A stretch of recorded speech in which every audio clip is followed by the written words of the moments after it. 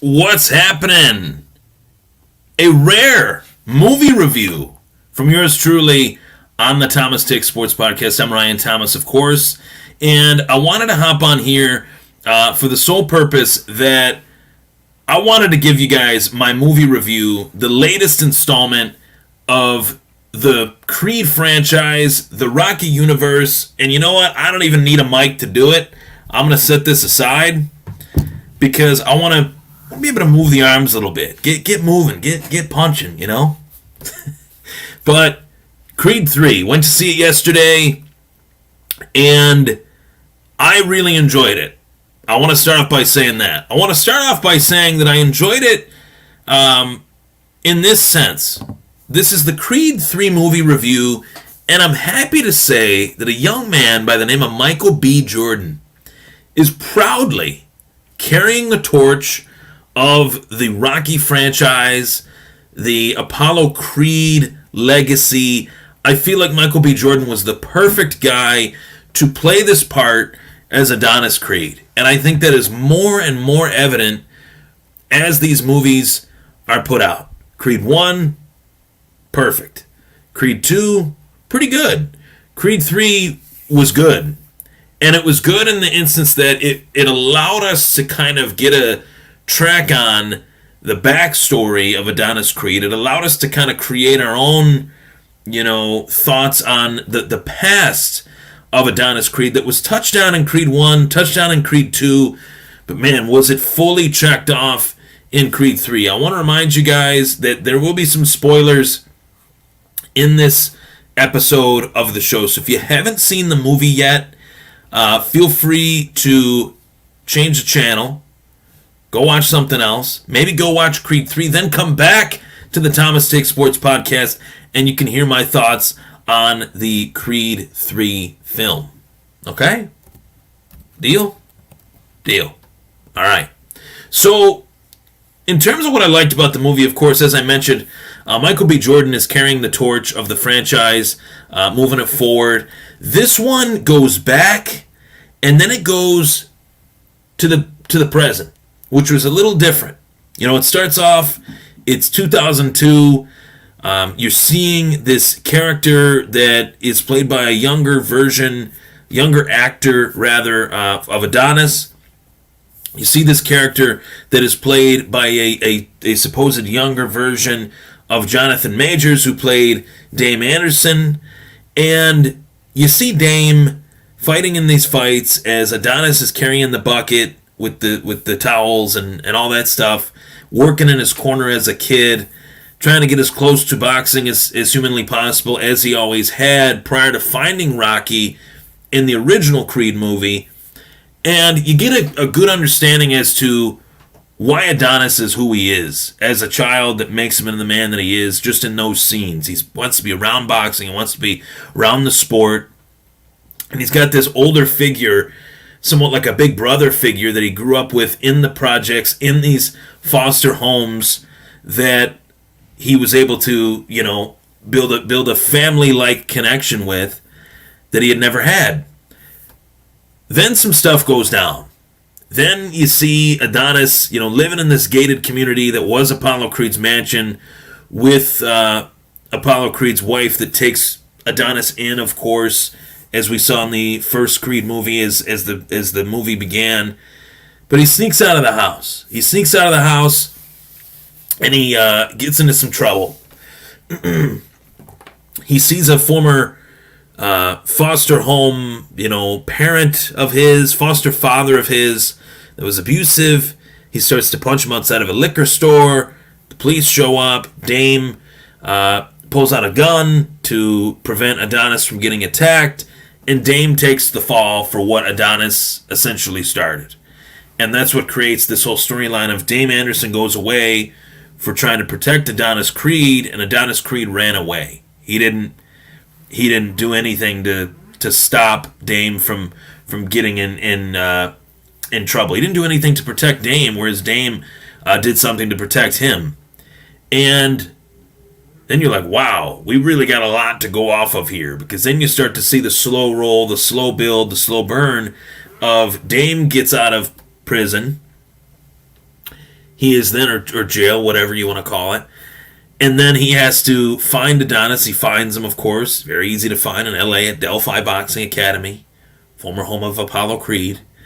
And he's able to find him and continue their friendship. And, I honestly really loved, I don't want to give too much away on the movie, but I honestly really loved the character interaction between Dame and Adonis.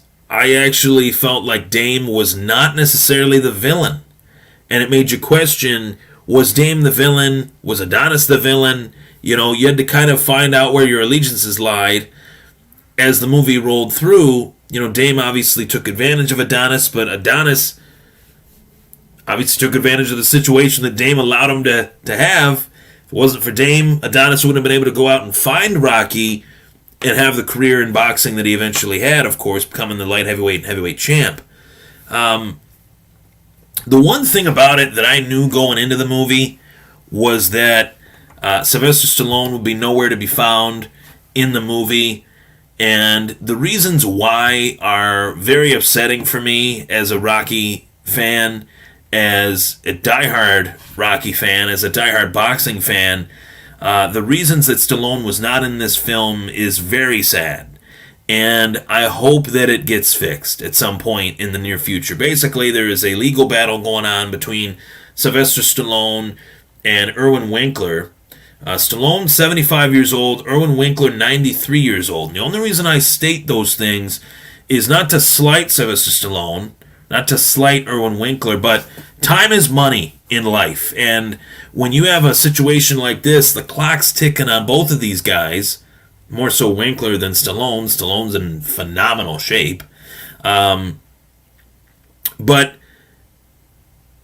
you need to get this resolved. And what that is the ownership of the rights to Rocky, where Irwin Winkler owns those rights, kind of snidely grabbed those from underneath the grasp of Sylvester Stallone, and some legal stuff that I'm not exactly the greatest legal analyst out there, but essentially Irwin Winkler took ownership away from Sylvester Stallone to the Rocky franchise, to the Rocky name, rather.